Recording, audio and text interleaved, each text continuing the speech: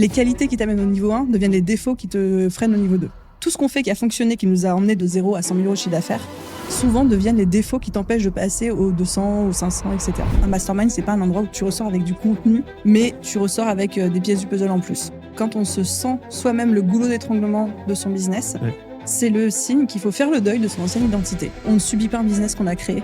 Je leur dis que là, t'es en train de te taper la tête contre un mur en espérant faire un trou pour passer, alors que la porte, elle est sur ta droite ou sur ta gauche. C'est juste que tu la cherches pas. En fait, j'ai l'impression qu'on m'avait mis dans une voiture de course à plein régime en disant vas-y, pilote. Et moi, je suis en mode ah. J'ai pas mon permis. On n'a pas à porter la boîte, mais on a à la soutenir. Il y a une légère différence entre les deux. Je veux bien la connaître. Écoute, Aline, je suis très content de te retrouver sur le podcast.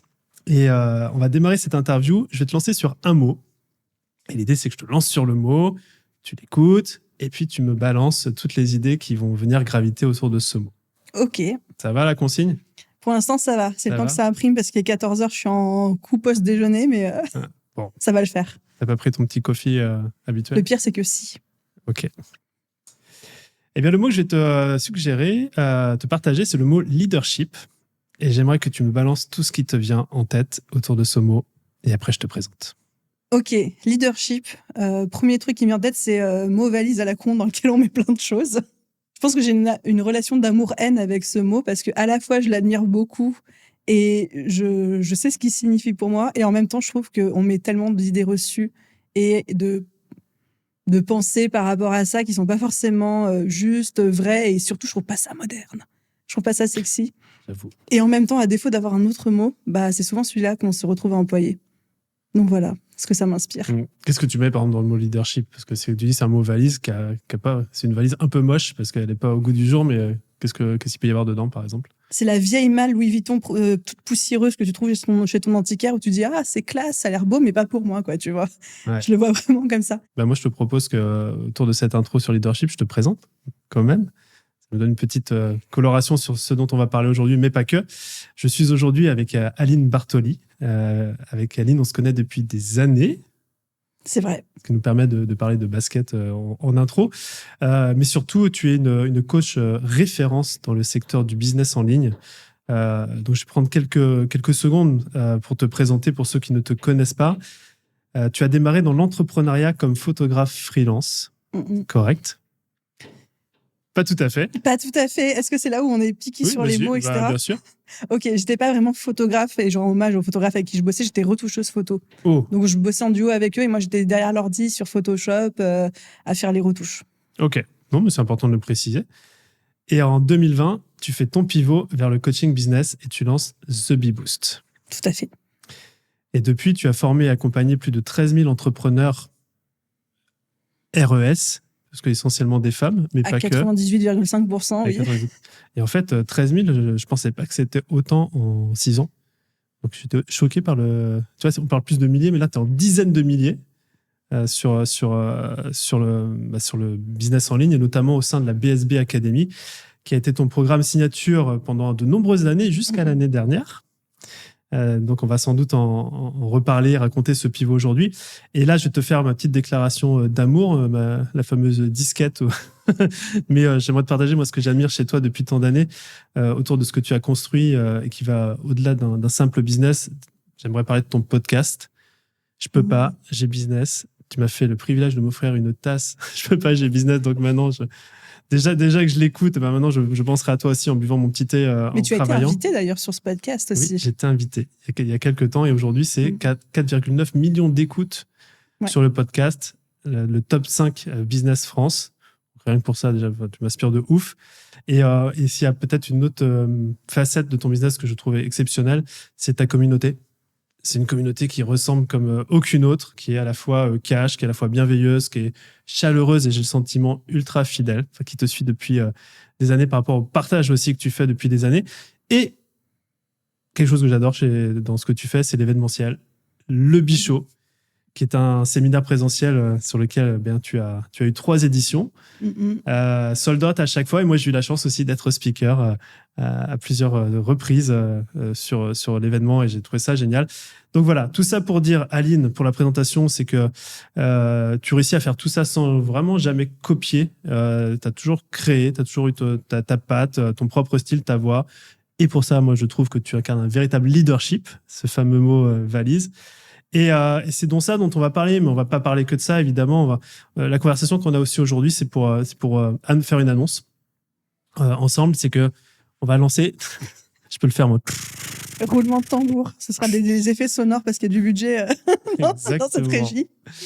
On va lancer ton mastermind. Oui. Avec Squared. Ça va se passer les 13 et 14 novembre prochains, où on va justement rassembler pendant 2 jours des femmes entrepreneurs qui sentent qu'elles subissent leur business plutôt qu'elles ne le dirigent, qui veulent aussi atteindre le niveau d'après, mais elles ne savent pas vraiment où est-ce que se trouve ce niveau d'après.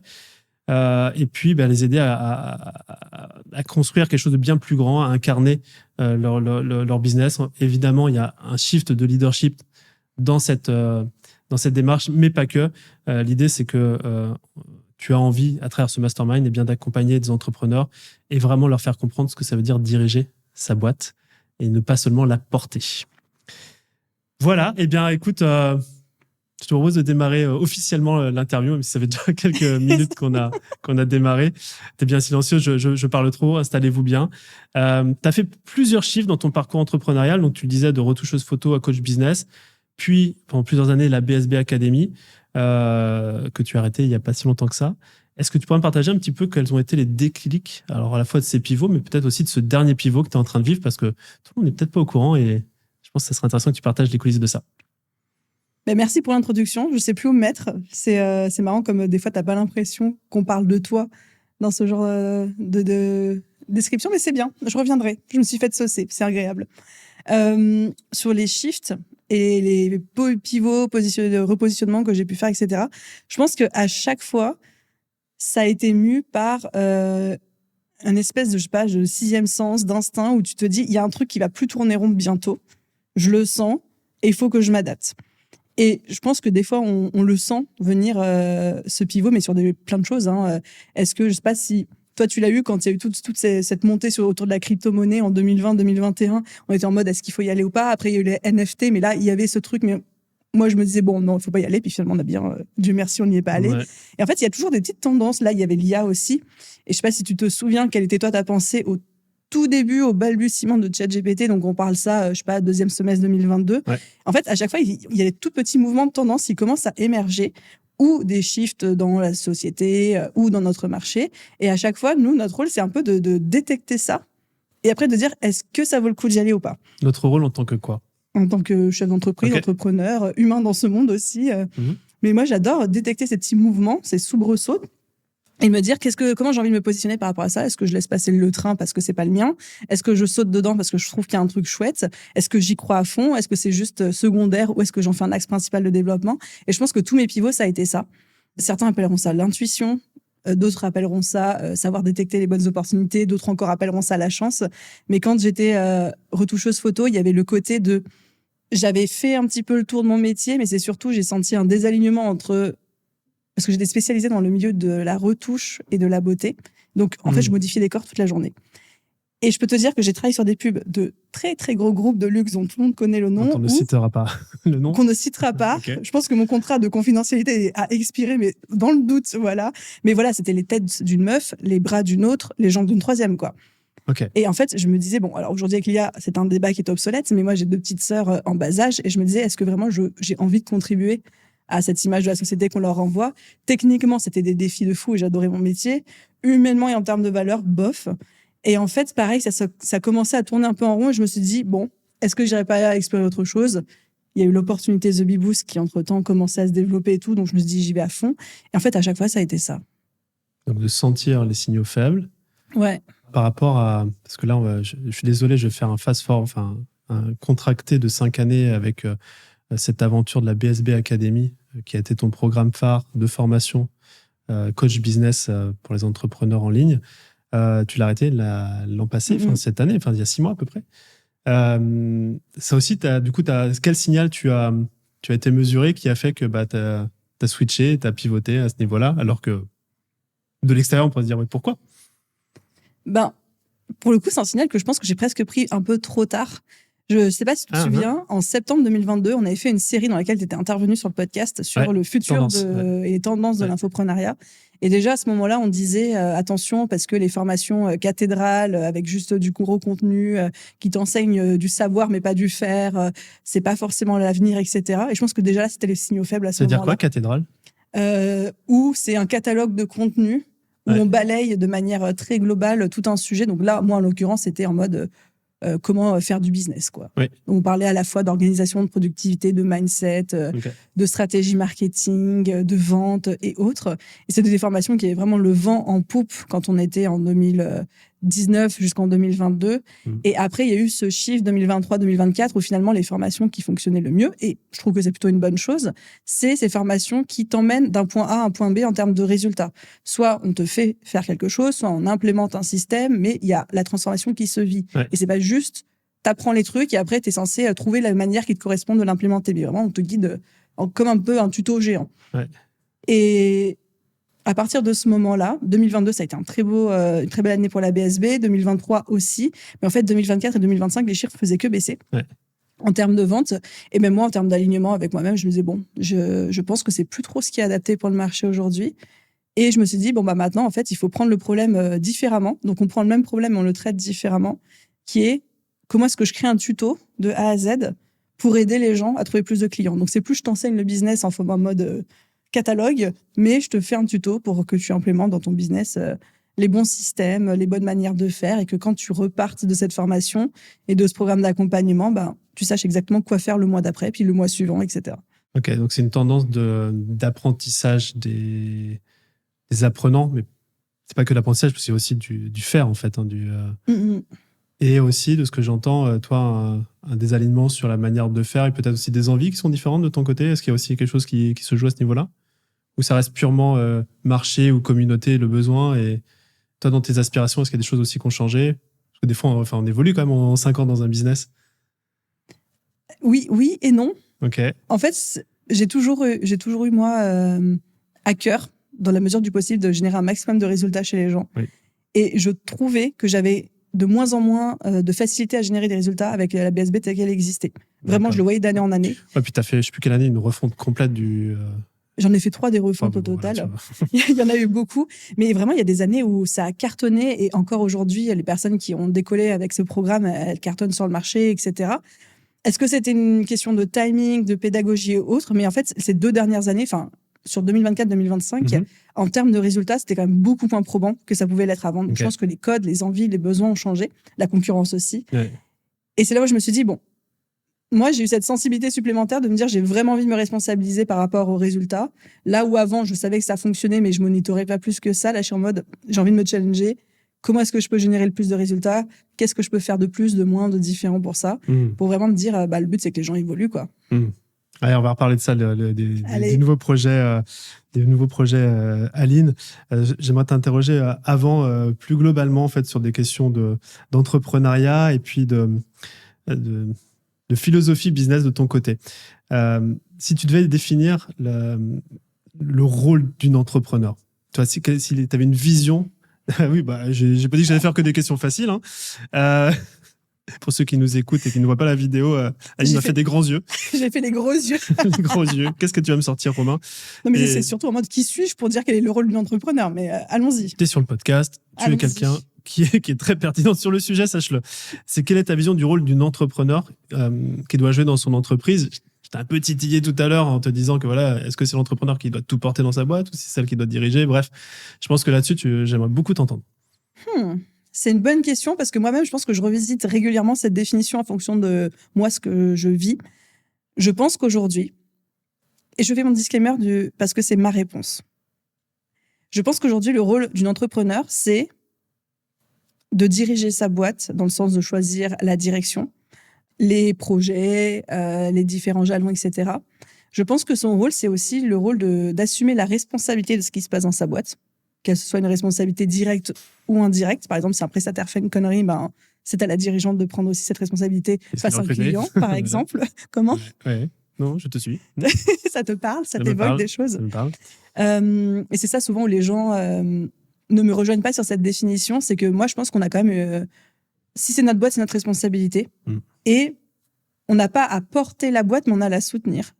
Il y a une légère différence entre les deux. Je veux bien la connaître. On n'a pas à tout porter comme si on était un martyr et qu'on portait un chemin de croix sur une pente à 90 degrés. Mais on est aussi là pour emporter les victoires, les responsabilités, les décisions difficiles.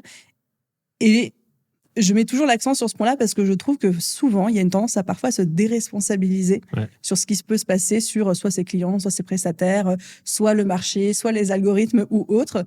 Et je pense que un des aspects du leadership, tu demandais tout à l'heure, qu'est-ce que ça m'évoque ? Le premier mot qui vient en tête, c'est maîtrise. Mais ça, c'est mes triggers qui parlent. Et c'est ma personnalité, mais c'est le mot maîtrise. On est là pour maîtriser notre boîte. Et tout ce qui se passe. Et tout ce qui se passe à l'intérieur. Enfin, en tout cas, essayer de maîtriser, parce que évidemment que c'est pas possible. Mais en tout cas, d'avoir, de se dire, c'est ma boîte, c'est mes décisions, c'est mon business, et j'assume tout ce qui se passe dedans. Ouais. Et moi, je te suis sur un sujet de responsabilisation dont on a souvent l'occasion de parler, où c'est très facile, notamment avec un prestataire, mais plein d'autres choses, du non-succès d'une collaboration ou du non-succès d'une campagne, en disant c'est pas de ma faute, mais d'une certaine manière, en fait, on est toujours responsable du truc. Ultimement, si tu enlèves les couches de l'oignon, c'est l'entrepreneur au centre. Qu'est-ce que toi, tu as appris peut-être avec toutes les clientes, je le rappelle, je regarde mes notes, plus de 13 000 en quelques années, sur cette responsabilisation, tu vois, en termes de résultats, en termes de non-résultats, etc. Est-ce que tu as des histoires à nous raconter sur ça ou des choses que tu as pu observer? Je pense que plus vite on se responsabilise, plus vite on est capable de passer à l'action et de corriger ce qui ne va pas. Parce que en fait, c'est la solution de facilité de dire non, mais en fait, j'ai eu le cas dans le cadre de la BSB par exemple, de personnes qui disaient non, mais Aline, j'ai suivi ton challenge, j'ai posté tous les jours pendant 30 jours sur les réseaux sociaux, ça n'a pas marché, ça fonctionne pas pour moi, je suis pas faite pour être entrepreneur, etc. Et en fait, je lui dis ok. Mais du coup, est-ce que tu as analysé ? Qu'est-ce qui n'a pas fonctionné ? Qu'est-ce que tu as appris ? Qu'est-ce que tu as fait par rapport à ça ? Et en fait, la personne avait juste posté, appliqué. Donc, c'est-à-dire que le jour 1, elle s'était fait son planning éditorial sur 30 jours. Et au jour 30, elle a dit ça n'a pas fonctionné. Et là où je prends ma responsabilité, c'est peut-être que j'aurais dû mettre un process et spécifier de tous les 5 jours, tu vas aller regarder tes posts, tu vas analyser ce qui a fonctionné, ce qui n'a pas fonctionné, et pour les 5 jours d'après, tu vas itérer et faire un petit truc différent, et encore un, et encore un. Et c'est comme ça qu'on peut progresser. Donc, elle est là, cette notion de responsabilité, de se dire, je fais confiance au processus et je suis la direction que je me suis fixée, mais je suis aussi là pour itérer, analyser et corriger le cap H24. Ouais. Ça me parle beaucoup parce qu'effectivement, de ce que j'entends, de ce que tu dis, c'est que quand on ne prend pas la responsabilité, on est dans l'inaction, en fait. Mis à part se plaindre ou te dire, mais tant qu'on ne fait pas, en fait, rien ne se passe. Donc, en tout cas, c'est le sentiment de ce que tu partages. Et moi, ma façon de voir la responsabilité, c'est soit, peut-être tu m'as déjà entendu le dire, c'est soit tu gagnes, soit tu apprends. Donc, même nous, quand on se plante chez Square, et des fois, on se le plante bien, c'est genre juste, OK, qu'est-ce que je peux apprendre de tout ce merdier-là pour qu'après, c'est ma façon de voir la responsabilité des choses, mais ça revient à ce que tu dis au final, petite itération. Et même toi, là, dans ce que je t'ai posé la question et tu m'as donné ton exemple, tu as pris ta responsabilité de dire j'aurais pu mettre tous les 5 jours un garde-fou pour s'assurer que ça fonctionne. Est-ce que par hasard, cette notion de responsabilisation, en tout cas la vision du rôle d'entrepreneur que tu as partagée, elle est plus importante aujourd'hui qu'hier ? Ou est-ce que ça a toujours été présent ? C'est juste que là, t'en parles et que... Parce que franchement, j'en parle avec pas beaucoup d'autres personnes de cette vision de l'entrepreneuriat que toi. Est-ce que tu as le sentiment qu'aujourd'hui, ça serait encore plus important ? Ma réponse est un peu tentée parce que ça l'est extrêmement pour moi et en même temps parfois un peu à l'extrême. Je rentre dans le côté on fait ma psy, c'est bien que je sois sur un canapé, mais comme moi je suis l'aînée de 4 enfants et que je suis la première, j'ai cette tendance à me sur-responsabiliser pour tout, ce qui est aussi un gros combat dans ma vie, de se dire que parfois on n'est pas responsable non plus de tout et certainement pas de tout le monde autour de nous. Mais c'est une notion qui est quand même de plus en plus importante pour moi parce que, en tout cas dans mon expérience, c'est comme ça que je progresse. En prenant toute la responsabilité que je peux prendre sur mes interactions avec d'autres personnes, sur mon business. Et parfois, c'est un peu too much, je dois l'avouer. Mais c'est là où je vois les meilleurs axes d'optimisation et d'itération. Alors, est-ce qu'il n'y a pas une responsabilité qui serait, et on en a parlé en début d'interview, justement, d'apprendre à diriger sa boîte plutôt qu'à la porter est-ce que tu penses que justement cette notion d'arrêter de porter sa boîte mais de la diriger, c'est devenu quelque chose d'important, d'essentiel dans le contexte actuel? Il y a une citation que j'aime beaucoup et je sais que je martèle mon audience, ma communauté en ce moment avec, parce que moi-même je me martèle le cerveau avec ça. C'est on ne subit pas un business qu'on a créé.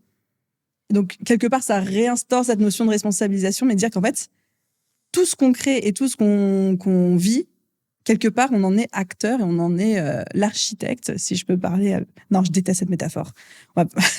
Disquette. Disquette, je déteste ça. Non, mais voilà, en fait, tout ce qu'on vit, on l'a créé. Et je sais que moi, j'ai traversé des moments où créer du contenu, ça devenait une charge mentale et il y avait une lassitude, c'était horrible. Et à un moment, je me suis botté les fesses, je me suis dit, mais attends, Alice, c'est un privilège, en fait, ce que tu as. Déjà, tu t'es construit cette communauté. Il y a des gens qui se débattent toute leur vie pour avoir ton nombre d'abonnés sur Instagram, ton nombre d'écoutes sur le podcast. Tu fais un travail formidable, mais arrête de traiter ça comme une corvée, traite ça comme le privilège que c'est. Et si t'es pas content, change. Et c'est de là qu'est venu le truc de on ne subit pas le business qu'on a créé, c'est on oublie parfois qu'on a toute la liberté de changer. Changer, ça peut être du tout ou rien, de faire une énorme décroissance, de repartir en mode solo si on n'est pas content d'avoir une grosse structure, de changer notre business model, de changer notre clientèle et de pas être dans cette position de dire oh là là, c'est trop dur, mais comme le lapin avec les yeux dans les phares, de se dire je peux rien faire, je vais me faire écraser, quoi. Bah, j'aime bien cette punchline. On ne subit pas on ne doit pas subir le business qu'on a créé, ce qui revient finalement à dire on dirige son entreprise plutôt que de la porter, parce que c'est le grand thème sur lequel on va lancer ton mastermind, parce que c'est quelque chose qui te tient à cœur. Et d'ailleurs, moi, j'aimerais te poser la question, c'est pourquoi tu souhaites lancer... T'as vu, la transition, elle est pas mal. Elle était très bien. tu souhaites lancer un mastermind sur ce sujet, parce que c'est un format très spécifique et j'aimerais bien t'entendre là-dessus. Je pense qu'on crée toujours des offres qui nous parlent à nous, ou à nous d'il y a quelques temps. Donc, moi, je me suis tellement botté les fesses là-dessus, et je sais, en parlant avec d'autres entrepreneurs, que c'est un challenge d'autant plus en ce moment dans notre industrie actuellement, de se dire, en fait, tout a l'air compliqué, tout a l'air dur. Je ne compte plus le nombre de personnes qui me disent je vends plus comme avant, c'est devenu beaucoup plus difficile, j'ai perdu mon étincelle, mon feu sacré, mes ventes, elles ont chuté d'un coup, je sais pas pourquoi, et en même temps, j'ai plus l'énergie de me battre pour remonter. Enfin, en fait, il y a une espèce de goulot d'étranglement qui a été créé par le marché actuel, l'épuisement aussi, parce qu'on s'est tous et toutes un peu lancés en même temps. Et du coup, je pense qu'on est tous aussi, on commence à tirer un peu la langue en se disant les 2-3 premières années de flamme, c'est un peu, et c'est normal, tu vois. Et je pense que c'est le moment où on peut se rassembler, se dire et si on faisait les choses autrement, et si on se dit on arrête de subir un modèle qu'on a choisi, on arrête de subir un business qu'on a créé, et puis on se dit comment je fais les choses différemment. Et donc, sous un format mastermind, c'est un format qui permet de faire ça. Oui, parce que pour moi, ça s'appuie avant tout sur trouver des gens qui vivent la même chose que nous, pour d'abord se dire je suis pas tout seul. Il y a beaucoup de personnes qui m'ont dit aussi, en fait, tant que j'étais une petite entrepreneur, c'est-à-dire j'étais sous mon seuil de la TVA ou sous mon seuil de la micro-entreprise, mes proches, ils m'applaudissaient, ils étaient contents pour moi. Puis dès que j'ai passé un certain cap de croissance, en fait, j'ai eu beaucoup moins de monde autour de moi, non seulement qui comprenaient, mais aussi qui m'encourageaient. Et il y a beaucoup de personnes qui sont seules, qui sont pas soutenues par leur famille, leurs amis. Moi, j'ai la chance extraordinaire, grâce à Squared, entre autres, d'avoir un super réseau, donc j'ai jamais ressenti ça, mais je sais que c'est très, très présent. Et parfois, juste de se retrouver entouré d'autres personnes qui, comme nous, vivent exactement la même chose. Et on voit que tout le monde est très intelligent, mais que tout le monde galère. Ça fait du bien. Ça fait du bien. Et puis c'est surtout avec l'intelligence collective. En fait, je pars du principe que chacune et chacun d'entre nous a des pièces du puzzle, qui est la solution finale. Et en fait, il y a que en se mettant autour d'une table et que chacun met sa pièce du puzzle et en assemblant le tout, qu'on va dessiner les solutions pour tout le monde. Et ça, j'adore. Ok. Je suis fan. Bon, on est aligné sur le sujet, ça, il n'y a pas de problème. J'ai une question que j'aime bien me poser, j'ai envie de te la poser, c'est si tu avais un rêve inavoué pour les futurs membres de ton mastermind, que ce soit de transformation, de changement, que ce soit personnel ou business, ça serait quoi? Oh, waouh! La première réponse qui me vient instinctivement en tête, et excusez-moi, je suis très vénale, mais c'est que tout le monde fasse un x2 sur son CA. Voilà. C'est clair et c'est cash, hein? Très bien. Enfin, qu'il y ait des vrais résultats en termes de chiffre d'affaires, de croissance, de choses comme ça. Ce serait mon rêve inavoué. Ok, ça me va. Là, je vais aller chercher un peu ton expérience. On allait voir bien les 13 000 entrepreneurs que tu as pu accompagner. De ce que j'ai pu échanger avec toi jusqu'à présent, c'est qu'il y a pas mal de femmes qui restent très longtemps dans un réflexe de je produis plus, je travaille plus, le fameux mode bon élève, et en pensant que voilà, en mettant de l'effort, seul l'effort va payer. Et moi, j'aimerais un peu avoir ton regard là-dessus. C'est À partir de cette base-là, quelles sont les erreurs que tu vois classiquement? Oula, je te vois le sourire. Ça va dégainer. Les erreurs classiques, tu vois, que tu vois tourner en boucle et en boucle, juste pour qu'on prenne conscience au final que des fois, nos modes de fonctionnement, c'est pas les meilleurs, quoi. Je rigolais parce que j'ai la punchline. J'étais en train de me dire, c'est bien de sortir des punchlines dans un podcast. Ouais. Pareil, ça, c'est un truc que je répète aussi pas mal, mais peut-être pas assez souvent. C'est que les qualités qui t'amènent au niveau 1 deviennent les défauts qui te freinent au niveau 2. Okay. Sous-entendu, tout ce qu'on fait qui a fonctionné, qui nous a emmené de 0 à 1, genre par exemple de 0 à 100 000 euros de chiffre d'affaires, souvent deviennent les défauts qui t'empêchent de passer aux 200, aux 500, etc. Exemple, je peux tout faire toute seule. Franchement, quand tu as cette croyance au tout début, mais t'es inarrêtable. T'es comptable, tu crées du contenu, tu coaches tes clients, tu fais ton DAF, etc. Tu gères tout, tu te formes, tu fais de l'IA, des automatisations, c'est au top. Et tu as ce rôle multicasquette qui fait que tu peux progresser très vite jusqu'à un certain niveau. Évidemment, bon là je caricature mon exemple, passer un certain niveau, cette croyance de je peux tout faire toute seule, elle va plus te rendre, va plus te mettre de bâton dans les roues que vraiment t'aider. Pareil, je dois travailler plus. Bah oui, en phase de démarrage et jusqu'à un certain niveau de business, plus tu travailles, plus tu génères des résultats parce que tu apprends plus vite, ta courbe d'apprentissage, elle est exponentielle. Mathématiquement, tu arrives à faire plus de choses aussi. Donc, ça se passe bien. Sauf que passer un certain niveau d'enjeu de business, de direction et puis même, toi, d'épuisement, plus tu travailles, plus tu te tires une balle dans le pied aussi. Et en fait, je pense que pour 90% des croyances ou des drivers qu'on peut avoir du niveau 0 au niveau 1, il faut apprendre à les abandonner et à voir ça comme c'est plus pour moi aujourd'hui et à trouver les nouveaux drivers qui nous emmèneront au niveau 2. Ouais. Et bah, je vais te demander de ton expérience, parce que toi, tu les as fait, ces paliers, tu en as fait en tout cas. Et bien souvent, on peut rester justement comme. Il y a un plafond, on tape dedans et puis on n'arrive pas à le passer. Qu'est-ce qui a été des triggers pour toi qui t'ont permis de changer, d'arrêter de faire ce que tu faisais? Tu vois, est-ce que tu as des conseils là-dessus? Il y a la délégation, forcément, ça a été le premier truc. C'était dur, hein, parce que de passer ce cap. T'es du genre quand même à bien aller fort toute seule. Alors maintenant, je connais ton équipe, elle est incroyable, mais donc la délégation, ouais. Qu'est-ce qui t'empêchait de déléguer par exemple à l'époque? Ah mais toutes les erreurs de débutante, ce sera pas fait aussi bien que si c'était moi, et la personne elle a pas compris du premier coup et c'est pas parfait du premier coup, donc forcément c'est qu'elle est nulle et qu'il faut que je le fasse moi. J'ai honte, hein, mais les premières personnes à qui j'ai délégué, je refusais de leur donner l'accès à mon drive parce que c'était mon bébé, c'était mon entreprise et je leur partageais juste au compte-gouttes les fichiers dont ils avaient besoin et je refusais de leur donner les accès complets. Ok. Tu vois, enfin je reviens de loin. Non mais je pense que tu seras pas la seule, hein, de toute façon. Et donc, il y avait ça. Et puis, je pense qu'une deuxième chose, c'était ce qui m'a emmené du niveau 0 au niveau 1, c'était parfois cette accessibilité de... je passais des soirées entières à répondre à tous les DM que j'avais sur Instagram. Et en fait, c'est vraiment comme ça que j'ai fait grandir ma communauté. J'étais hyper proche des gens. Et je me souviens même de certaines soirées où j'ai un souvenir encore très vif dans mon esprit. Je crois que c'était peut-être 2020 ou 2021, où à 23h15, j'étais devant Koh-Lanta ou une émission à la con et je répondais encore aux DM en me disant putain je suis fatiguée mais il y a encore des DM et je peux pas aller me coucher tant que j'ai pas répondu à tout le monde. Et je me souviens de cette soirée, tu vois, qui était un peu, je pense, une soirée, j'étais aux alentours des 50 000 abonnés à l'époque, un peu la soirée où j'ai eu un déclic de... Ouais, c'est un peu trop là. Ouais, il y a eu un déclic qui s'est formé à ce moment-là et pareil, grâce à cette habitude, j'ai pu faire grandir cette communauté, cette base, ces personnes qui écoutent encore le podcast aujourd'hui. Mais est-ce que c'est une habitude que je peux continuer qui va m'emmener au niveau 2? Non. Ouais. Tu vois, c'est juste humainement, logistiquement pas possible. Et en plus de ça, en tant que dirigeante, chef d'entreprise, tu as d'autres choses à faire.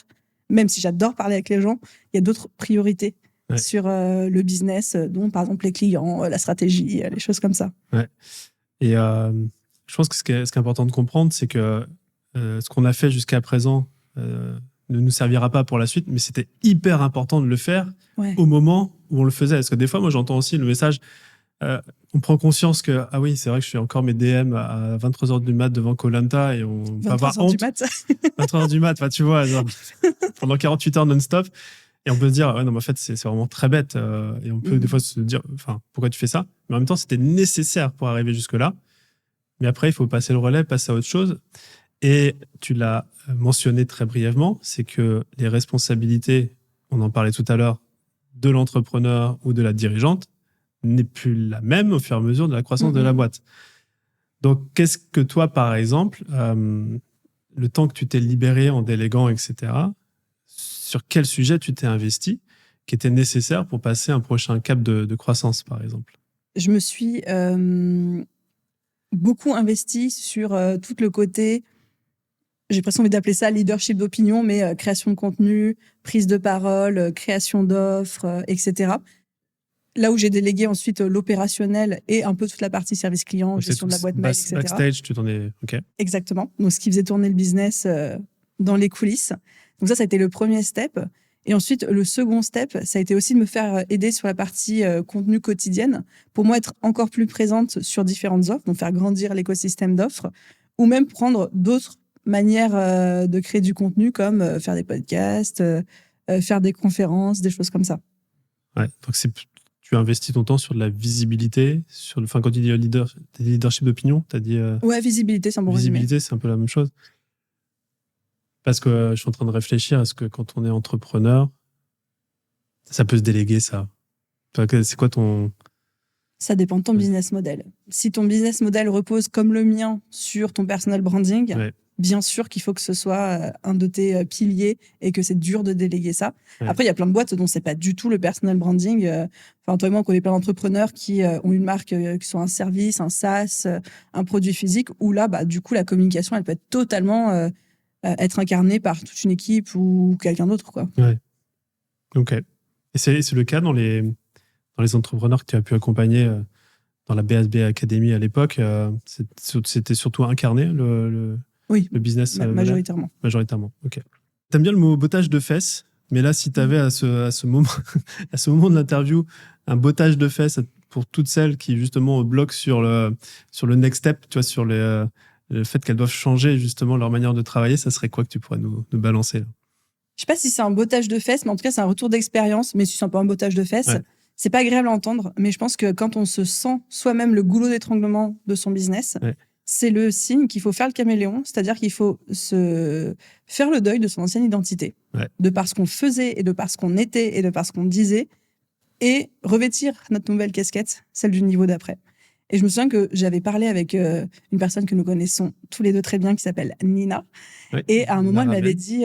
ouais, c'est ça. Mais on parlait de ça il y a genre 3 ans, je crois. J'ai retrouvé une note il n'y a pas longtemps. Et elle me disait, en fait, j'ai l'impression d'avoir maîtrisé le niveau 1 et d'être prête pour le niveau 2, mais je ne sais pas c'est quoi le niveau 2. Et je ne sais même pas par où commencer. Donc, c'était avant qu'elle explose et tout. Et j'ai trouvé ça très beau parce que ça marque aussi ce passage que j'ai envie d'accompagner avec le mastermind, de dire, en fait, j'ai fait le tour du niveau 1 et je sens que je plafonne à hauteur de mes compétences, de mon temps, de mon équipe et de mes capacités. Et en fait, je sais pas c'est quoi le niveau 2 et je sais pas comment y aller. Et c'est OK. Et c'est OK. La bonne nouvelle, c'est qu'il y a plein de gens qui y sont, quoi, et qui peuvent aider. Et je pense que tout le monde ne savait pas à quoi ça ressemblait. Et je pense que ceux et celles, parce que là, on parle de femmes ou d'hommes, je pense que c'est la même chose, qui ont franchi ce cap, c'est aussi de s'entourer de personnes comme toi, par exemple, mais d'autres qui ont déjà fait le parcours et qui vont te raconter en fait ce qui se passe. C'est beaucoup plus facile d'aller de l'autre côté quand on a les récits d'expérience.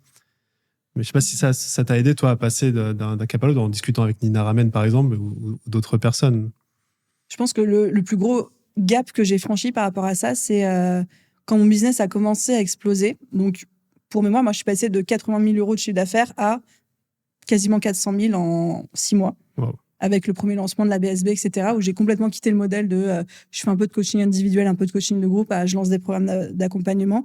Ça a été un énorme step. Je ne savais pas quoi faire avec autant d'argent, autant de demandes, autant de messages, autant de clients. Enfin, c'était vraiment... En fait, j'ai l'impression qu'on m'avait mis dans une voiture de course à plein régime en disant vas-y, pilote. Et moi, je suis en mode j'ai pas mon permis.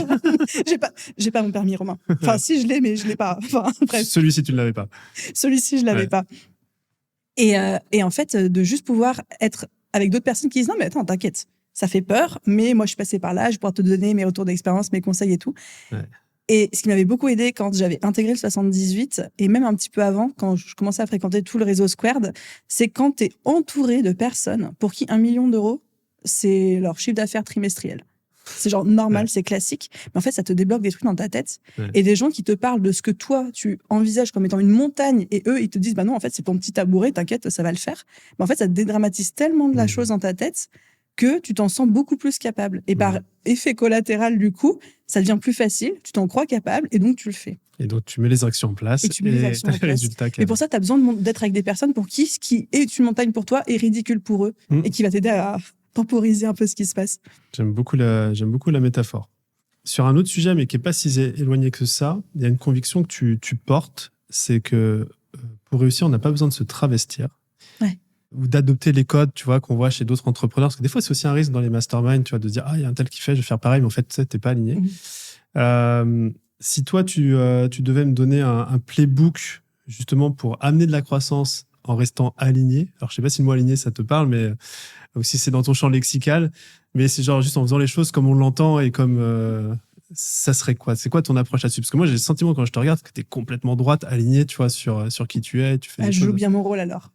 Non, je rigole. Je sais pas, mais de ton expérience, ce serait quoi le playbook? Ça serait quoi les étapes ou... Je dirais la première chose, et ça c'est peut-être du coup, on va reparler de leadership, c'est de distinguer je suis aligné avec c'est les règles du jeu. Développe. Voilà, là il y a des premières concessions à faire parce que tout ne peut pas être tout rose et tout comme on veut et tout comme on est aligné, etc. L'exemple le plus évident que je rencontre tout le temps, c'est par rapport au fait de créer du contenu. J'ai plein de personnes qui me disent Aline, moi j'aime la nuance, j'aime les grands discours, j'aime pouvoir développer ma pensée, j'aime pouvoir prendre le temps d'expliquer les choses. Du coup, tous ces formats qui popent en ce moment sur les réseaux sociaux, de devoir faire des hooks et des accroches hyper clivantes, provocatrices, où on condense un discours au point qu'il en devienne caricatural, c'est pas moi, je suis pas alignée, du coup je veux pas faire ça. Et moi, à chaque fois, je leur dis, ok, d'accord, mais c'est les règles du jeu. Du coup, si tu veux pas jouer ces règles du jeu-là, qu'est-ce que tu vas faire à la place? Parce que c'est David contre Goliath. Donc, soit on plie les règles du jeu, on les adapte, on se les approprie, on trouve un compromis entre qui on est, ce qu'on veut faire et comment ça fonctionne pour quand même faire passer notre message, parce que c'est notre responsabilité en tant qu'entrepreneur d'être là et de trahir notre visibilité. Et en même temps, je demande pas aux gens de trahir leurs pensées, de se retrouver à dire ce qu'ils ont pas envie de dire dans un contenu ou un truc comme ça. Donc, la première règle du playbook, ce serait de faire la part des choses entre les règles du jeu que j'accepte de jouer parce que notre société est comme ça, et que je préfère m'adapter au courant plutôt que de lutter contre. Et en même temps, qu'est-ce qui vraiment est de mes valeurs non négociables. Donc ça, ce serait la première chose. Et je pense que quand on... Il faut les connaître, ces valeurs aussi. Ouais. Ça, des fois, on les connaît pas forcément. Mais tu sais, j'ai une expérience à te raconter qui date d'il y a très, très peu de temps. Je pense que je suis un peu honteuse, mais je vais te la dire quand même, parce que ça illustre bien. Des fois, on est obligé, je pense, de challenger nos propres valeurs, croyances, pour se rendre compte que vraiment, c'est des no-go et des non négociables pour nous. Et moi, j'ai fait un pari sur ce début d'année qui a été un pari perdant, pour le coup. C'était que pour la première fois, je faisais une promesse de résultat avec un de mes programmes. Mon nouveau programme signature, la promesse de résultat, c'était trouve tes 3 prochains clients en 2 mois. Oui. Et en fait, je m'étais dit, j'ai la méthode, j'ai le processus. Oui. La BSB Academy, je fais ça depuis 6 ans, j'ai énormément de résultats. Ouais. Limite les doigts dans le nez, tu vois. Oui. Et je disais même à mon équipe, je me souviens leur dire ces mots. Ça pourrait être 10, quoi. Ça pourrait être 10. Et puis, je veux dire, ça fait 6 ans qu'on fait ça. Si on n'est pas capable de faire ça pour nos clients avec un programme où on est encore plus dans l'accompagnement, en fait, qui on est, quoi. Figure-toi que très récemment, j'ai eu une des cohortes qui m'a demandé un live et qui m'a dit, en fait, ton programme, ça fonctionne pas. Intéressant. Parce que il y en avait qui avaient trouvé des clients, il y en avait qui n'avaient pas trouvé les clients qu'ils voulaient, il y en avait qui n'avaient trouvé que 1 ou 2 clients, etc. Et on m'a un peu fait remonter ce truc de, en fait, tu fais des promesses et tu ne les tiens pas. Et pourtant, c'est des gens qui avaient fait le travail, etc. Alors, on peut certainement creuser et trouver... La responsabilité est partagée, je pense, mais oui, ok. Je ne ferai pas de guess là-dessus, mais je me suis dit, c'est vrai. Si je prends ma part de responsabilité, j'ai fait cette promesse, j'ai embarqué ces personnes dans mon programme après call, parce que moi, je voyais le potentiel, je voyais ce qu'elles pouvaient faire, etc. Elles n'ont pas eu les résultats. My bad. Et du coup, j'ai fait marche arrière. Maintenant, je ne fais plus de promesses de résultats pour ça. C'est un truc que tu sentais que tu faisais naturellement, tu ne mettais pas de promesses chiffrées. Ouais, comme exactement. Tu peux faire un paquet de gens dans l'industrie et livraison ou pas livraison, certains s'en occupent peu. Donc, tu es revenu dessus. Non, mais c'est bien, parce que c'est aussi ça a pu aussi être très positif et pas avoir de retour. Et en fait, c'était une décision que tu avais prise et qui aurait fonctionné. J'aimerais te poser une question où je t'invite à imaginer, c'est même pas je t'invite, c'est plus tu vas regarder dans ton expérience, mais quand tu as une femme entrepreneur qui arrive vers toi, et de toute façon, quand on vient vers toi, c'est qu'on plafonne d'une certaine manière. Oui. C'est quoi que tu regardes en premier? C'est quoi le diagnostic que tu poses, le premier truc, le laser d'Aline? C'est juste pour comprendre un petit peu, toi, ta manière de penser, de réfléchir et de construire derrière. Ça va dépendre entre guillemets, de l'offre dans laquelle la personne veut rentrer. Ouais. Parce qu'on ne va pas regarder les mêmes enjeux, etc. Mais je pense que la toute première chose que je regarde, tout marché, tout business confondu, c'est est-ce que le business répond à un vrai problème marché ? Enfin, est-ce qu'il y a du potentiel dans l'idée ? Ouais. Parce que des fois, j'ai des personnes qui arrivent avec un projet qui leur tient énormément à cœur parce qu'il répond à ce que eux ont vécu à un moment de leur vie. Ouais. Mais en fait, ils sont dans un marché où ils commercialisent du foin non OGM pour licorne, quoi. Donc en fait, il n'y a pas de clients. Il n'y a pas de licorne. Ouais. Il n'y a pas de licorne. Non, il y a des licornes romains. Ils sont juste très bien cachés. Ok, d'accord. Non, mais voilà, t'as compris. Mais c'est vrai que des fois, je vois des projets passer et je sens que la personne, elle est ultra, ultra passionnée. Mais moi, avec mon regard de coach, je me dis, mais en fait, le marché pour ça est tellement petit. En fait, c'est même pas une question de visibilité ou de compétences business. En fait, c'est juste... non, c'est... Des fois, je me demande, est-ce que c'est juste mon prisme ? Parce que des fois, je pourrais peut-être avoir des bonnes surprises, tu vois. Mais c'est la première chose que je regarde. Ouais. Mais tu sais qu'on peut parler de ça pour un entrepreneuriat naissant, tu vois, quand on fait son premier produit. Mais en vrai, c'est à toute étape de l'entrepreneuriat. Tu veux lancer une nouvelle offre. Des fois, tu peux retomber dans ce truc de l'idée un peu parfaite. Tant que tu ne le confrontes pas au marché et que tu essaies de voir le besoin. Moi, je dis ça, mais je pense que je peux en être victime de temps en temps, quoi, tu vois. Je pense qu'il faut vraiment éviter de tomber dans le syndrome du « je crée une offre pour moi » ou pour le mois d'avant, parce que nous ne sommes pas notre marché et nous ne restons qu'un avis parmi tant d'autres. Et que bien souvent, ça peut être un coup d'épée dans l'eau, quoi. On enregistre cette interview en 2026, mais elle sera complètement écoutable dans les années à venir, parce qu'on va parler d'un sujet qui traverse les âges. C'est compliqué, je pense, de parler de leadership sans parler de visibilité ou de prise de position. C'est mon avis. Je voudrais bien avoir le tien. Tu vois, c'est comment tu vois la place de l'opinion, de prendre la parole sur les réseaux, d'être visible aussi pour incarner ce leadership et du coup aussi diriger une boîte plutôt que de la porter. C'est un bon point parce que je trouve qu'il est très binaire pour les gens qui vont nous écouter parce qu'à la fois, il y a une nécessité. On est dans une ère où on parle beaucoup de founder-led growth, de personal branding. Creator-led growth. Exactement, en fait, le leader, le créateur, le fondateur doit incarner un petit peu sa marque, prendre la parole sur les réseaux sociaux, se positionner, etc. Puis un peu ce côté où on adore les suivre, on est d'accord, on n'est pas d'accord, mais c'est ça aussi qui crée un attachement à la marque. Et on voit ça aussi bien sur des fondateurs de start-up que des personnes comme moi qui incarnent leur entreprise de par leur profession, etc. Donc, à la fois, on en voit la nécessité. Et moi, je pense que de toute façon, la suite de notre histoire, elle est là-dedans. Par l'opportunité de croissance, elle est là-dedans beaucoup, beaucoup. Et en même temps, je sais que beaucoup d'entrepreneurs, quand ils entendent ce discours, se disent « Mais en fait, moi, je suis tellement déjà rincée par les réseaux sociaux, je suis tellement fatiguée, j'en ai marre de créer du contenu. » Il y a une espèce de lassitude. J'ai aussi vécu des moments où je me sentais tellement en décorrélation de ce que je devais raconter pour toucher mon audience, moi, ce que je vivais en tant qu'entrepreneuse, qu'en fait, tu t'es plus connecté à ton marché, puis tes contenus, ça sert plus à rien, quoi. Comment tu l'as abordé, ça ? Je suis un bulldozer. Donc, moi, je fais un truc que je déconseille à tout le monde, mais je ne sais pas fonctionner autrement, c'est que je tape la tête contre le mur jusqu'à ce que ça fasse un trou et que je puisse passer. Un trou dans le mur ou dans la tête ? Dans le mur, jusqu'ici, la tête assez dure. Solide, ok. Non, mais c'est la métaphore. J'en vois souvent avec mes coachés, quand je les vois s'acharner sur un truc qui ne fonctionne pas.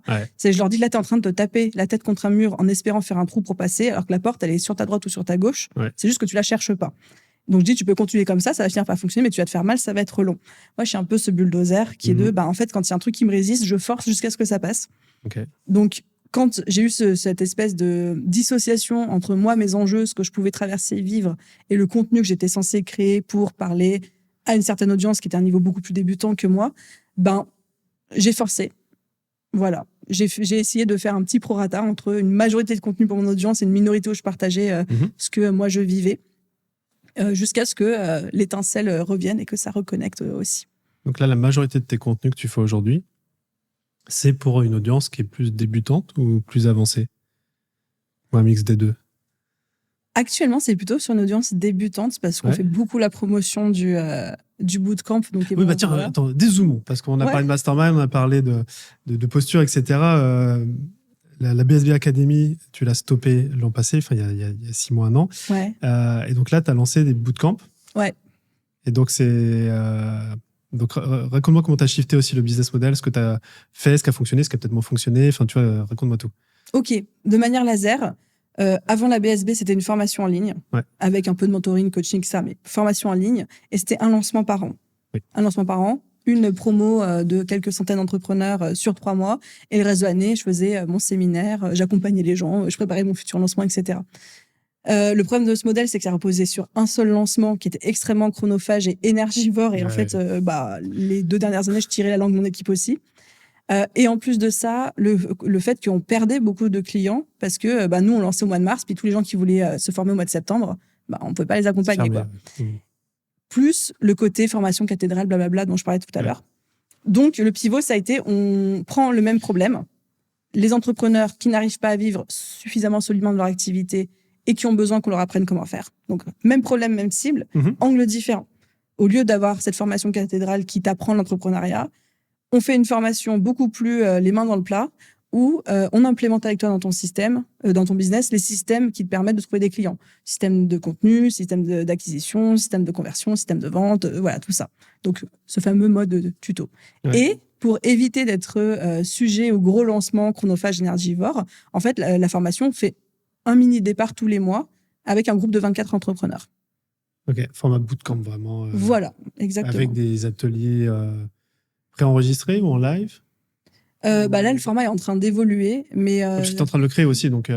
En fait, on a créé la V1 qui court là, qui run depuis 4 mois. Ouais. Et en fait, on voit déjà les pistes d'amélioration, dont le fameux retour que j'ai eu de cette cohorte qui m'a dit ça ne nous a pas convenu. Ouais. Donc, on est déjà en train d'itérer sur la V2 qui va sortir au début juillet. Là. Ok. Et après, tu as des points de coaching avec toi, par exemple, ou avec ton équipe, ou ça reste... Ils sont tous mentorés. En fait, c'est des petites classes de 12 et chaque classe a son mentor référent qui corrige les exercices, qui fait du feedback, qui anime des lives, etc. Ouais. Moi, je crois beaucoup à ça. J'ai fait un truc comme ça aux US et je trouve que c'est juste génial. Ton fameux bootcamp IA, là? Ouais, exactement. Il corrigeait vos exercices aussi? C'était l'IA qui corrigeait les exercices. Mais, Qui sont malins. Non, mais il y avait notamment des calls avec le fondateur pour pouvoir poser des questions et je trouvais ça vraiment, vraiment top. Donc, donc là, avec les bootcamps, c'est vraiment aider la même typologie de clientes débutantes, mais sous un format différent, plus dans l'air du temps, et plus actionnable aussi. Et tu as aussi du coup le niveau mastermind, et là c'est le niveau pour entrepreneurs avancés. On n'est pas sur les mêmes sujets. Tu peux nous parler un peu de la différence du coup? Je pense que... Parce que je voudrais pas qu'on dise le mastermind, enfin en tout cas ma position sur le mastermind, c'est important de ne pas faire la confusion, parce que dans un niveau mastermind où certes il y a la valeur d'Aline, son expérience, sa perspective unique sur les choses qui est importante, mais il y a aussi les échanges entre pairs, où on doit chacun avoir fait ses classes et avoir de quoi partager pour que la valeur du groupe elle soit bien présente. Donc, généralement, il y a quand même un degré de maturité qui est plus avancé. En fait, je pense que... et on va répondre à une question que beaucoup de gens me posent dès que j'énonce le mot mastermind, c'est quoi le ROI? C'est quoi le résultat? Qu'est-ce qu'on en retire? C'est quoi ta réponse? Je suis curieux. Je réponds juste dans une seconde. Okay. Et bref, du coup, le bootcamp, c'est pour les entrepreneurs. Moi, je les appelle avec beaucoup d'affection, mais je sais qu'il y a des gens qui n'aiment pas ça, mais les babypreneurs. J'arrive pas à vivre de mon activité, j'arrive pas à dégager 5 000 € par mois dans mon business et à vivre sereinement de mon activité, c'est en dents de scie ou je sais pas. Donc ça, c'est notre offre numéro 1. Et là, j'estime que sur ces niveaux de business-là, chez les prestataires de services, c'est les mêmes solutions pour tout le monde. C'est les mêmes systèmes pour tout le monde. Il faut ta solution au marché, ta posture de vente, ton système de conversion. Enfin, après, il y a des subtilités pour chaque business, mais en gros, on a tous besoin des mêmes bases. Ouais. Donc ça, c'est couvert par le bootcamp. Ouais. Quand on arrive à un niveau mastermind, qui est quand même le niveau, on fait 150 000 € de chiffre d'affaires, là, ce n'est plus du tout les mêmes stratégies qui fonctionnent pour tout le monde. Chacun va avoir des subtilités en fonction de son business model, en fonction de son industrie, qui vont être très particulières. Ce qui fonctionne pour l'un ne fonctionnera pas pour l'autre. Par contre, effectivement, là où on va apprendre, c'est de discuter avec d'autres gens qui ont les mêmes enjeux que nous et de voir quelles sont leurs pièces du puzzle à eux pour reconstituer le nôtre. Ouais. Et c'est plus forcément... je suis d'accord et en même temps pas d'accord avec toi. Tiens. Ah, vas-y, challenge. C'est que je suis d'accord avec toi sur le fait que on va partager des mêmes enjeux, mais qui sont plus forcément des enjeux de marché, tu vois. Ils sont plus des enjeux de posture d'entrepreneur, de gestion d'équipe, tu vois, ces trucs de, OK, maintenant je dirige ma boîte. Et ça, en fait, on a, peu importe les industries, plus ou moins les mêmes enjeux. Et en même temps, je trouve qu'il y a un peu moins les enjeux du marché, où quand on a appris à vendre et à générer du client, en fait, ce qui est cool, c'est de savoir comment fait l'autre dans son autre industrie pour dire, tiens, je peux mettre ce petit add-on chez moi, etc. Mais il y a à la fois de la différence et en même temps des points communs sur les enjeux que je trouve assez magiques dans un mastermind en tout cas. C'est vrai que le point commun, c'est sur cette posture de c'est quoi cette nouvelle identité que je dois revêtir pour emmener mon business plus loin. Ouais. Et il y a...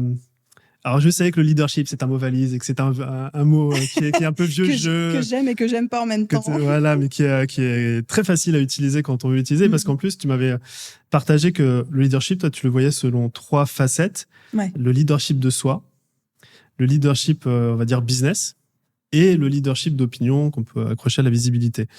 Et quand tu regardes ces 3 facettes-là, déjà, tu peux peut-être nous les détailler.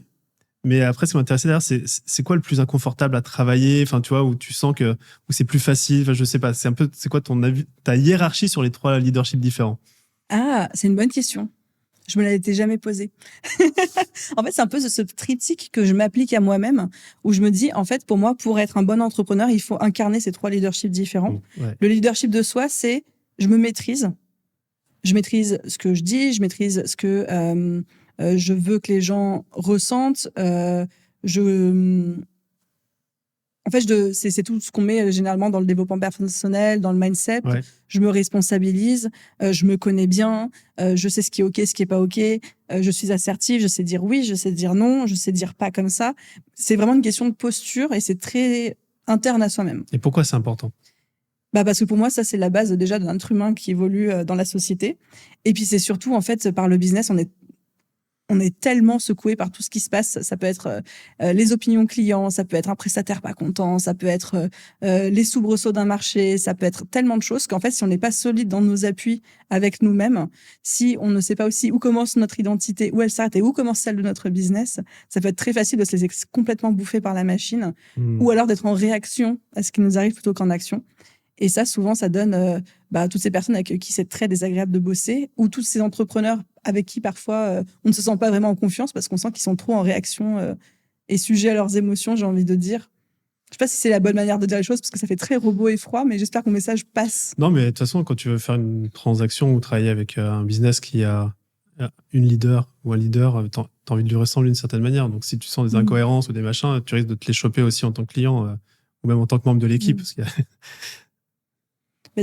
Moi, j'ai des exemples en tête de personnes avec qui j'avais choisi de bosser, et en fait, qui étaient tellement sujets à leurs émotions, mais qui explosaient parfois de colère ou de rage.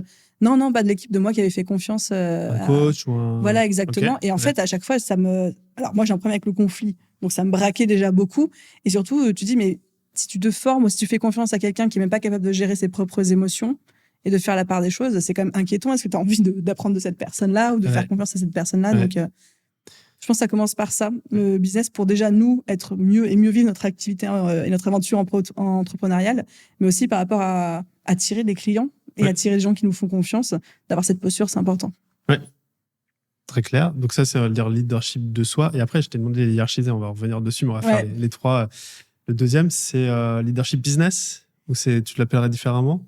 Ouais, c'est le leadership de son business. En fait, je pense que peut-être qu'on peut les hiérarchiser en mode, pour moi, le leadership de soi, c'est peut-être le premier step à avoir. Okay. Et c'est pour ça que souvent, quand on se lance dans l'entrepreneuriat, on nous martèle tout ce qui est mindset, développement personnel. En fait, ça rentre aussi un peu là-dedans. C'est comment je me construis l'état d'esprit qui va me permettre justement de vivre toutes ces aventures sans être trop... ouais, mais le problème, c'est que ça rentre pas de cash, ça. Hein. Ça dans un premier temps. Quoique. Ok. Quoique. Parce que leadership de soi, c'est aussi savoir mener une posture de vente, savoir mener un call.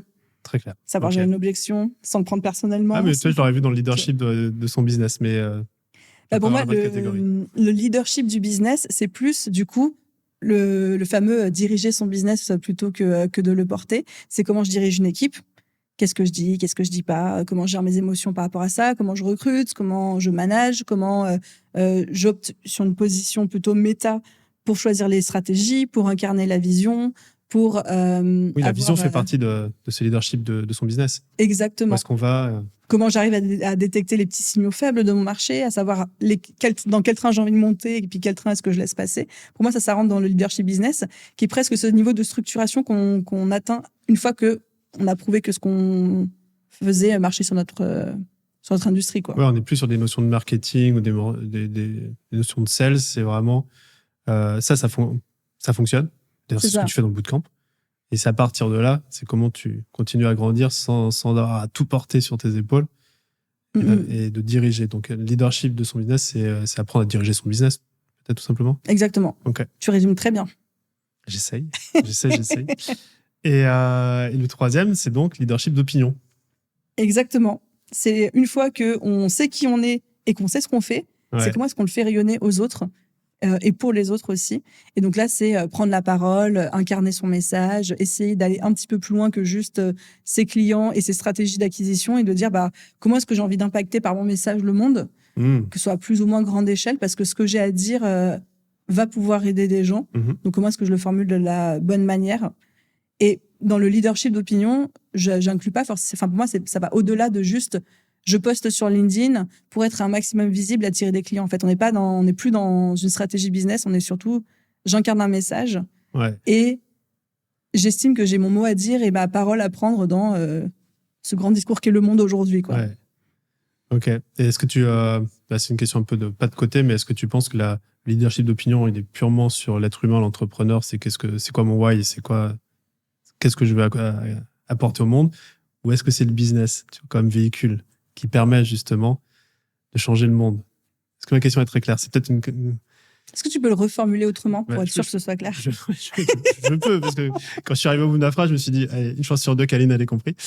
Mais le leadership d'opinion, parce que moi, je le vois de deux façons, c'est-à-dire, c'est soit en tant qu'être humain, Aline Bartoli, Romain Collignon, ou n'importe quel entrepreneur, je suis arrivé sur cette terre avec une mission, je l'ai découverte, et donc du coup, je vais rayonner et faire diffuser mon message pour changer les choses. Donc ça, c'est plus à l'échelle personnelle. Ou est-ce que finalement, le leadership d'opinion, c'est ma boîte finalement qui va rayonner tellement que je vais changer les choses dans le monde? C'est une très bonne question. D'instinct, je dirais l'option 1. Ok. Ça reste très personnel. De toute façon, ça reste très personnel. Ouais. Après, je te parle à travers le biais d'une personne qui a construit une boîte pour elle et à travers son personal branding. Ouais. Non, mais des fois, le leadership d'opinion, il n'est pas forcément lié à la mission de la boîte. Parce qu'en fait, notre appel, il est bien plus grand, quoi. Et jusqu'à présent, c'était juste un véhicule. Mais ok. Très, très intéressant. Je vois qu'on touche tranquillement à la fin de notre échange, mais il y a quand même une question que je voulais te partager, qui est complètement un pas de côté, même si ça va intéresser tout le monde. C'est qu'on est en 2026, je l'ai déjà dit, rappel. C'est pour ceux qui n'écoutaient pas au fond de la salle. N'est-ce pas? On ne peut plus parler de business sans parler d'IA. Oui. Allez, un petit tour vers l'IA. Toi, tu vois comment l'impact de l'IA sur les entrepreneurs? Et est-ce que c'est un impact aussi justement sur le fait de diriger, de rédiger sa boîte, de ne plus la porter? Alors moi, je suis une immense fan de l'IA. Je sais même qu'à un moment, on avait beaucoup discuté de ça parce que je te disais, je crois que c'était fin 2022, que j'utilisais l'IA pour me coacher d'un point de vue leadership et que tu me dis, oh, j'ai fait ça après. Tu m'as inspiré, j'ai fait pareil.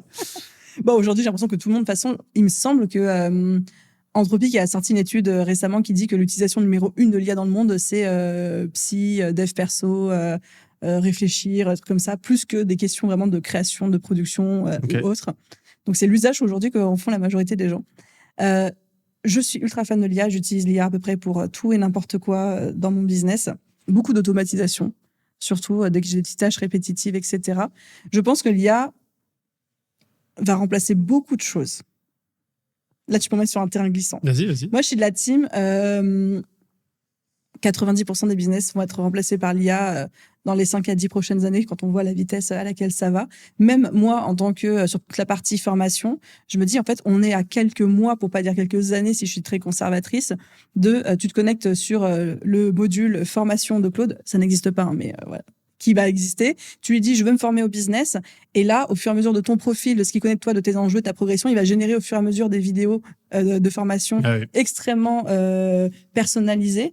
Et il va te corriger tes exercices et tu vas pouvoir interagir avec lui en live. En fait, c'est comme si tu aurais un espèce de coach business particulier IA. Et ça on n'est pas loin de ça. Donc, ce sera la mort de tous les formateurs, etc.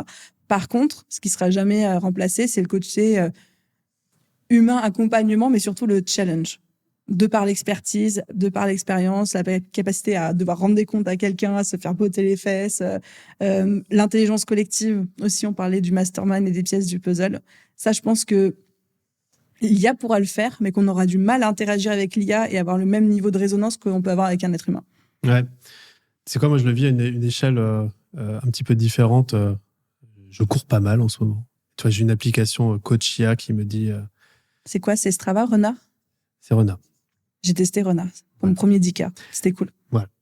10K kilomètres, on est d'accord? Oui. C'est pas 10K mensuel. Parce que des fois, dans l'industrie... Oui, non, j'ai beaucoup plus souffert pour mon premier 10 km que mes premiers 10K de chiffre d'affaires. Et j'ai regardé ça et je trouve c'est très, très pertinent. T'as aussi Campus qui est très bien. Et ça fonctionne pour moi parce que je pense que j'ai pas de mal à, tu vois, quand je m'engage sur quelque chose, à aller jusqu'au bout. Je pense un peu comme toi, mais t'as aussi un paquet d'êtres humains qui fonctionnent plus s'ils ont un autre être humain qui est à côté et ils doivent rendre des comptes, entre guillemets. D'où la présence de coach pour le sport, mais aussi pour le business ou d'avoir des pairs qui regardent ce que tu fais. Donc, je suis assez d'accord avec toi sur le fait que un Claude, un Anthropique pourra te dérouler ton plan d'action millimétré mais ça t'assure pas de te mettre en action, en fait. C'est exactement ça. Donc, il y a clairement un avenir là-dedans. Il faut le trouver et se positionner. Mais en tout cas, je le ressens déjà sur le running et ça varie sur le business. Eh bien, on arrive tranquillement à la fin de cet échange. Mais on va peut-être clôturer et ouvrir sur, j'en ai parlé tout à l'heure, la première édition de ton Mastermind, qui aura lieu les 13 et 14 novembre prochains dans un lieu parisien encore tenu secret. Secret veut dire qu'on n'a pas encore trouvé. On a quand même des bonnes pistes et on a ton cahier des charges et ça va être une tuerie. Exactement. Non, mais c'est bien, il faut marketer le truc, c'est un lieu tenu secret. Bah oui, mais clairement, des fois on le sait, des fois on le sait pas, mais dans tous les cas, on est réputé chez Squared pour avoir des super lieux et on a ton cahier des charges et ça va être top. Vous avez fait des propositions top, en tout cas, ça c'est vrai. Tu pourrais nous dire ce qui va se passer dans ces 2 jours. On n'a pas encore le programme, mais tu as forcément une intention, tu as forcément envie qu'il se passe des choses. Est-ce que tu pourrais nous partager ça? J'ai plein d'intentions, j'ai envie qu'il se passe plein de choses. Je pense que la colonne vertébrale, c'est ce fameux triptyque dont on a parlé, que j'aimerais bien couvrir en long, en large et en travers. Leadership d'opinion, leadership de son business. Exactement.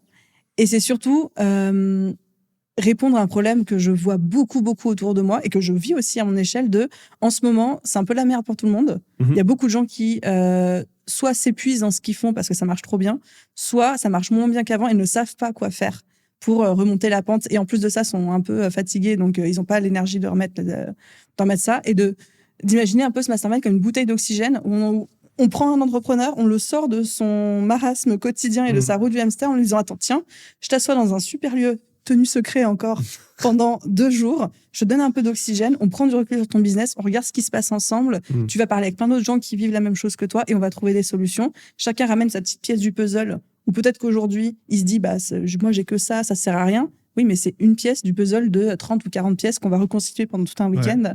Et en fait, on va trouver des solutions de fou. Et déjà, je sais d'expérience que pendant ce genre de week-end, rien que le fait de prendre du recul, de faire ce pas de côté, tu reviens mais avec tellement d'énergie, d'inspiration, de nouvelles idées. Mais c'est surtout, après, tu vois ton business complètement différemment et parfois, c'est juste 48 heures. Ça peut redonner un second souffle à ton business, quoi. Ça redonne très clairement. En tout cas, c'est ce que je vis à chaque fois que j'ai fait un mastermind chez toi. Heureux de l'entendre et heureux de savoir qu'on va pouvoir faire quelque chose pour ta communauté. Sachant que, et ça on n'en a pas parlé, mais au-delà du fait que tu souhaites réunir et fédérer un groupe incroyable, et ça sera le cas, c'est un groupe aussi que tu as à cœur de garder féminin, 100% féminin. Et donc, c'est une première pour nous chez Squared d'avoir un groupe purement féminin. Comment vous le vivez? Très, très bien. Il n'y a pas de sujet. Mais alors, du coup, pourquoi? Je pense qu'il y a plusieurs raisons à ça. La première, c'est qu'on me l'a demandé. Vraiment, la première, c'est que à chaque fois, mon audience est majoritairement féminine. Et à chaque fois, on me disait, ce serait trop bien d'avoir un mastermind 100% féminin. Je pense qu'il y a cette envie, que ce soit une idée reçue ou pas, il y a cette envie de se dire peut-être que entre nanas, on se dira les choses plus facilement et il y aura moins de concours de performance et autres, etc. Okay. Et je sais que à chaque fois que je fais un mastermind et que je poste une story, j'ai systématiquement le retour qui me dit où sont les mecs, comme si en fait les plus hautes sphères de l'entrepreneuriat étaient majoritairement masculines, comme s'il n'y avait pas de femmes qui réussissaient, qu'elles étaient plafonnées consciemment ou inconsciemment à un certain niveau de chiffre d'affaires. Et je pense que de créer un groupe où on dit on n'est que des nanas qui cartonnent et qui font des qui défoncent tout. Et qui défoncent tout. Et en fait, c'est 100% féminin. Il y a aussi un espèce de message derrière en fait, il y a des femmes, c'est juste que peut-être elles n'ont pas eu le bon environnement encore pour se rencontrer. Peut-être que ces femmes-là préfèrent aussi un environnement 100% féminin, je ne sais pas. En tout cas, il y a un petit peu ce message, j'ai pas envie de dire féministe parce qu'on en est loin, mais un peu d'empowerment et de dire bien sûr qu'il y a des femmes qui réussissent et on va les réunir, quoi. Trop envie que ça soit le groupe le plus badass de femmes entrepreneurs qui cartonnent tout. Mais c'est sûr. C'est sûr. Au-delà de ça, au-delà du genre, en termes de valeurs, quel type d'entrepreneurs tu souhaites réunir? Et puis peut-être, quelles sont les personnes à qui tu déconseillerais aussi de venir? Parce que tu vois, peut-être des gens avec qui tu as vraiment envie de te connecter et faire travailler ensemble, et puis d'autres moins. Donc, c'est quoi ton avis là-dessus, ton approche? Je pense que moi, je m'éclate particulièrement et mes approches et mes méthodologies résonnent particulièrement avec des personnes qui aiment travailler. Pour qui ça fait pas peur, c'est juste que parfois, ils ont juste besoin qu'on leur montre la direction ou qu'on leur dise oui, non, etc. Donc, plutôt des personnes qui viennent pas à la recherche d'une méthode ou d'une baguette magique, parce qu'en plus, un mastermind, c'est pas un endroit dont tu ressors avec du contenu ou avec une méthode miracle ou un plan de formation, etc. Mais tu ressors avec des pièces du puzzle en plus, comme on disait. Donc, des personnes qui sont prêtes aussi à se responsabiliser là-dessus et qui se disent juste, je veux être dans une salle de personnes comme moi, voire même plus intelligentes que moi, et je veux m'inspirer d'elles, et je veux après pouvoir repartir avec mon plan d'action chez moi. Je sais pas si ça répond clairement à ta question. Si, complètement. Et peut-être à l'inverse, justement, où tu dis ça vaut même pas la peine de candidater pour ce mastermind parce que, ce serait compliqué d'avoir des résultats dans ce genre d'environnement. Qu'est-ce que tu... je pense que des personnes qui viennent avec cette volonté de dire je veux qu'on m'enseigne une stratégie avec laquelle je vais pouvoir repartir et que je vais pouvoir implémenter. Parce qu'en fait, c'est pas ça qui est couvert dans un mastermind.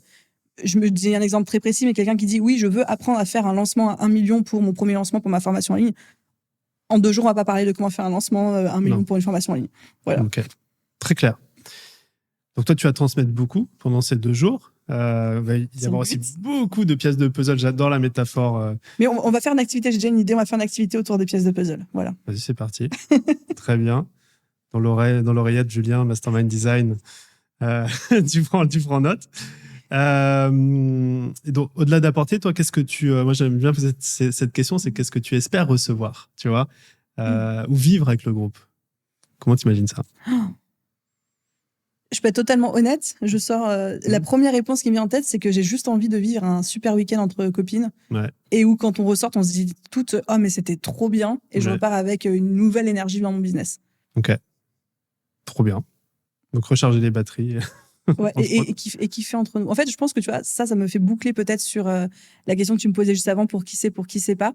Je pense que c'est pas, je veux pas, et je vais être très stricte là-dessus, créer un mastermind qui devienne une espèce de concours de performance où qui a le plus gros chiffre d'affaires, qui a le plus beau profil Instagram ou autre, ça m'intéresse pas.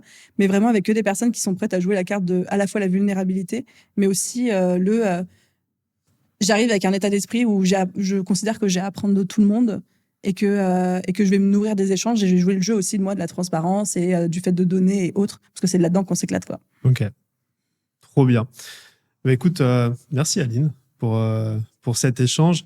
Je pense que si vous êtes arrivé au bout de cette interview, c'est sans doute que ce qu'on a partagé avec Aline, ça résonne.